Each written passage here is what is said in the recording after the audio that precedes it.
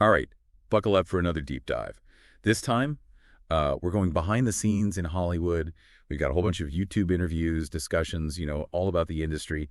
And, well, let's just say things get kind of juicy. Yeah, Hollywood's always had this image, right? The dream factory. Hmm. But what we're seeing in these sources, well, it's a lot more complicated than that.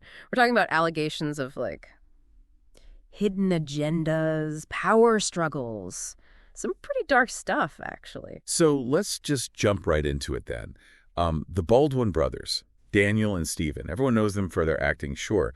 But there's this whole other side to them, their political views. They're causing quite a stir. Definitely. Daniel Baldwin, in this Valuetainment interview, he really opens up about, the family dynamics. It sounds like their political differences, especially when it comes to, Trump, it's really put a strain on their relationships. He even calls out this kind of contradiction. Alec Baldwin, right? Super vocal about his liberal views. But then he accepts an award at something called the Trin Film Festival. So that raises some questions, right? Is it a case of saying one thing and doing another? Or is it more about, the pressure to keep up a certain image in Hollywood? It makes you wonder, what kind of compromises people make to stay in the good graces of the industry. But it gets even darker, actually. Daniel talks about some pretty disturbing trends he's seeing in Hollywood, especially when it comes to violence, how it's shown. Yeah, his argument is that Hollywood has basically desensitized us to violence and disturbing content. Just by showing more and more graphic stuff in movies, TV, video games. He says we're almost numb to it now. He has this really interesting comparison. He talks about how in England you see full frontal nudity in commercials for medical reasons. But here in the US, we censor nudity, but we're bombarded with crazy violence in our entertainment. Yeah, it definitely makes you think. He also brings up this observation about, a potential link between certain violent video games and, school shooters. He doesn't come right out and say the games caused the violence, but it does raise questions about the potential influence of that kind of content, especially on young minds. It's a scary thought, for sure. Speaking of scary, Daniel really doesn't hold back when it comes to Diddy. He talks about all these rumors about Diddy's parties, allegations of illegal stuff going on, secret recordings, and then the recordings are used for blackmail. He even mentions hearing about a bidding war for these tapes from some legal professionals. So the implication is that, powerful people, corporations, they could be involved in covering up this incriminating information. And then there's that whole story about Jamie Foxx claiming Diddy poisoned him. I mean, I know it's all rumors and hearsay at this point, but still, it paints a pretty disturbing picture. It really does. And it raises questions about how far people are willing to go to protect their reputations, their power in Hollywood. Does wealth and influence, does it shield you from consequences? It makes you wonder. Okay, let's switch gears for a second. Stephen Baldwin, he's got some pretty strong opinions about Hollywood, too. Right. He actually goes as far as to say the devil runs Hollywood. His reasoning is, it's a little unexpected. He points to, the lack of Christmas movies being released during, actual Christmas time. Yeah, I gotta admit, that one threw me for a loop. What's the connection there? Well, he connects it to a bigger argument about the kinds of movies Hollywood makes. He thinks there's this deliberate push towards darker, more negative themes because, he says, they line up with a certain agenda. And get this, he actually believes G-rated, family-friendly films are the most profitable. So he's saying Hollywood is intentionally choosing less profitable, maybe even harmful content. Yeah, that's his take. There's this force, this devilish force driving those decisions. Now, we might not agree with him, but it's definitely a good reminder to be aware of what we're watching, the messages it might be sending. It does make you wonder who benefits from pushing certain types of content. And, speaking of hidden agendas and power, it gets even darker when you consider the allegations of child exploitation in Hollywood. Yeah. Corey Feldman, he's been talking about this for years. He claims pedophilia is a widespread problem in the industry. He even calls it the big secret. Everyone knows, but no one talks about it. His words are, they're chilling. He says he and his friend Corey Haim were victims of molestation as kids, as actors, and he believes there are powerful people in Hollywood who are actively protecting the abusers. It's just awful. If it's true, it's a horrific example of how power and influence can silence victims, and it just lets the abuse continue. He talks about the statute of limitations in California and how he's seen other people get discredited when they try to speak out against these powerful figures. It's terrifying, but we can't just ignore it. It's true. And this leads us to the world of conspiracy theories, which often thrive on stories like Feldman's. Right, like Dr. Brown, the religious commentator. He talks about the Out of Shadows documentary, which claims the CIA is controlling Hollywood for, like, nefarious purposes. Yeah.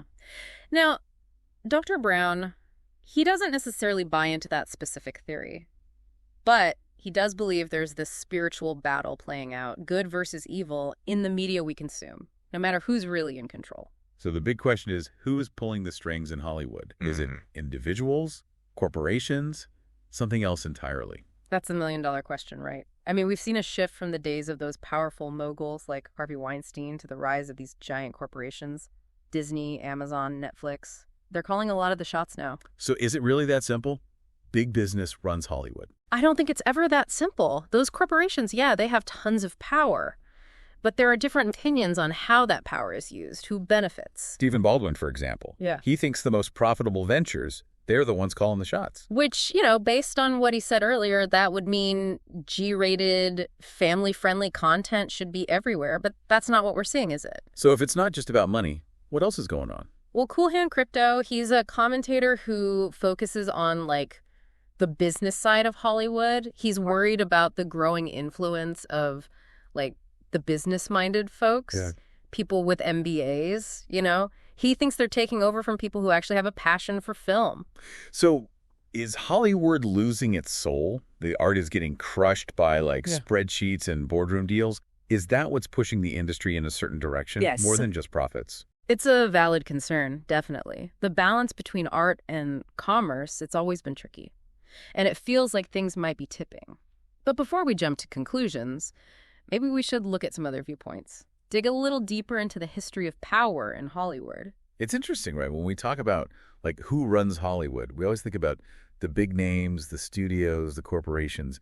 But to really get it, I think we need to look back, way back, at Hollywood's history. Yeah, you're totally right. And one part of that history that doesn't get talked about enough is the role that Jewish individuals played, especially in the early days. The Jewish Learning Institute, they actually have some really good info on this. So we're talking about, the very beginning, when Hollywood was just getting started. Exactly. They explain how a lot of Jewish immigrants, they came from backgrounds like vaudeville or the garment trade, and they saw Hollywood as this, land of opportunity, a way to, achieve economic success and also assimilate into American society. So they had these unique skills, perspectives that actually helped shape the industry. Totally.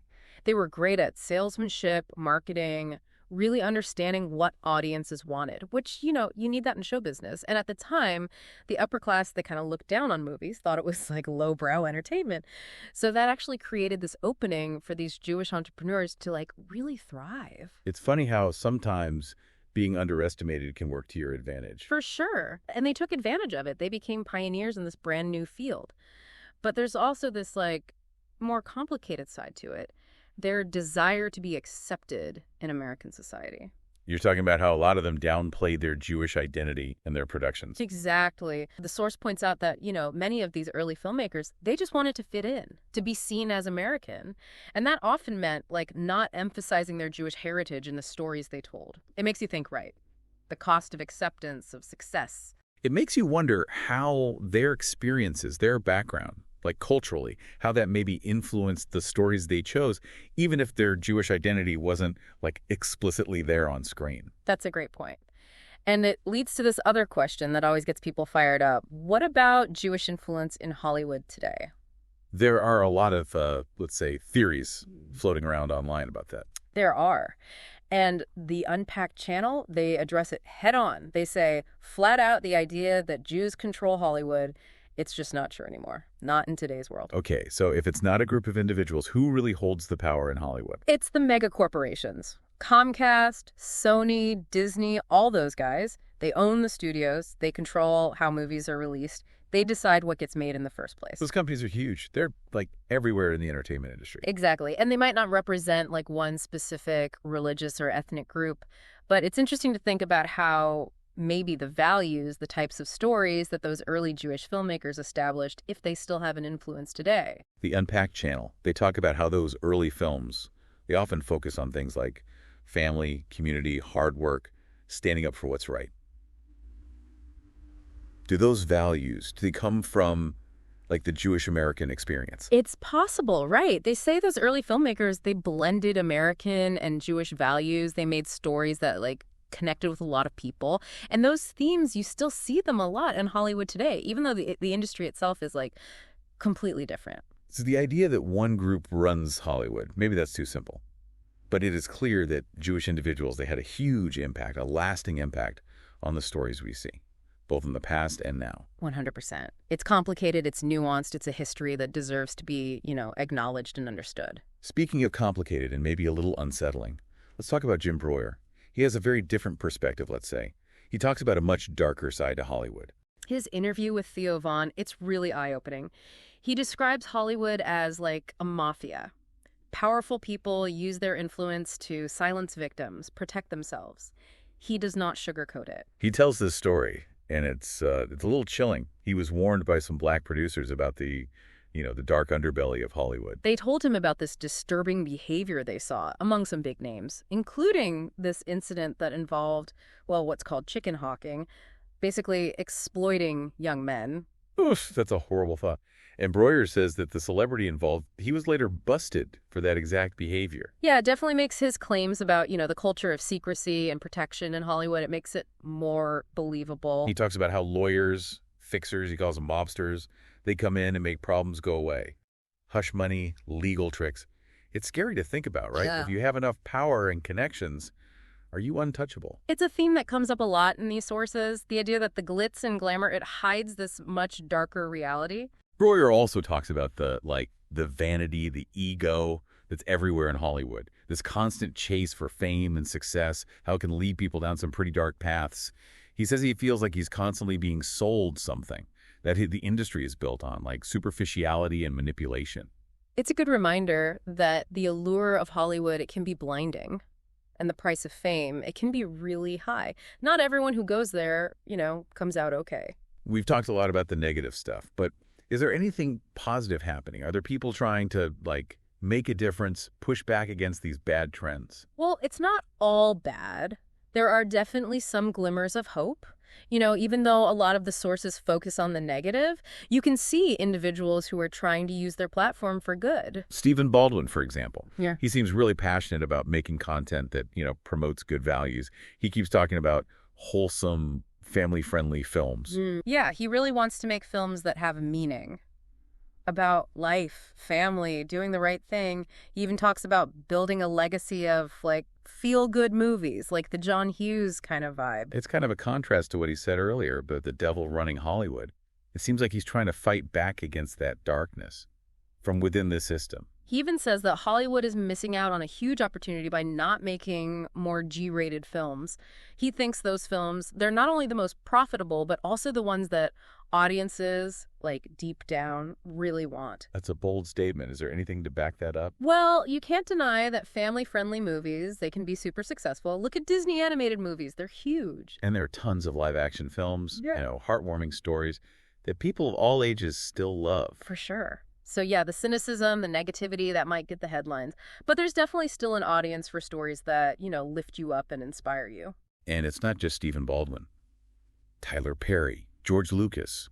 They're forging their own paths, creating successful stuff outside the traditional Hollywood system. Tyler Perry's story is amazing. He built his own studio, made his own content. He didn't wait for Hollywood to give him permission. He just went out and built his own empire. And George Lucas, Star Wars. He showed what happens when you own your intellectual property. He didn't just make a movie. He made a whole universe, merchandising, toys, everything. He made billions. It shows you it is possible to make it in Hollywood without, selling out, without giving in to all the pressure. It might be tough, but it can be done. That's encouraging. It could feel like a really cynical, cutthroat business. But let's be real, the power still lies with the big studios, the corporations. So what does that mean for the future of Hollywood? That's the big question, isn't it? I mean, you see the rise of streaming services, Netflix, Amazon. They're changing the game. They're giving more power to creators. Do you think that could lead to a wider range of stories being told, stories that challenge the way things are, that offer new perspectives? It's possible. Streaming platforms, they're not as tied to box office numbers. They can take more risks on projects that, the studios might not have gone for. But they're still businesses, right? Yeah. Their main goal is still to make money. True. So there's always a risk that they'll follow the algorithms, the data more than artistic vision, chasing trends, catering to the lowest common denominator. So the battle between art and money, it just keeps going, even in this new digital world.